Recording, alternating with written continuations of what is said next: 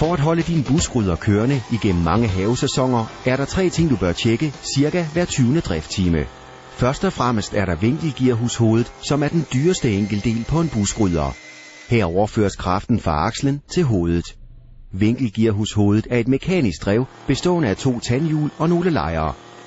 De kører med meget høje omdrejninger og bliver varme, så derfor skal de smøres. Det er meget vigtigt at gøre dette cirka hver 20. drifttime. Brug universalfedt eller vinkelgearhusfedt. Først løsnes skruen, hvorefter fedtet trykkes ned i vinkelgearhushovedet.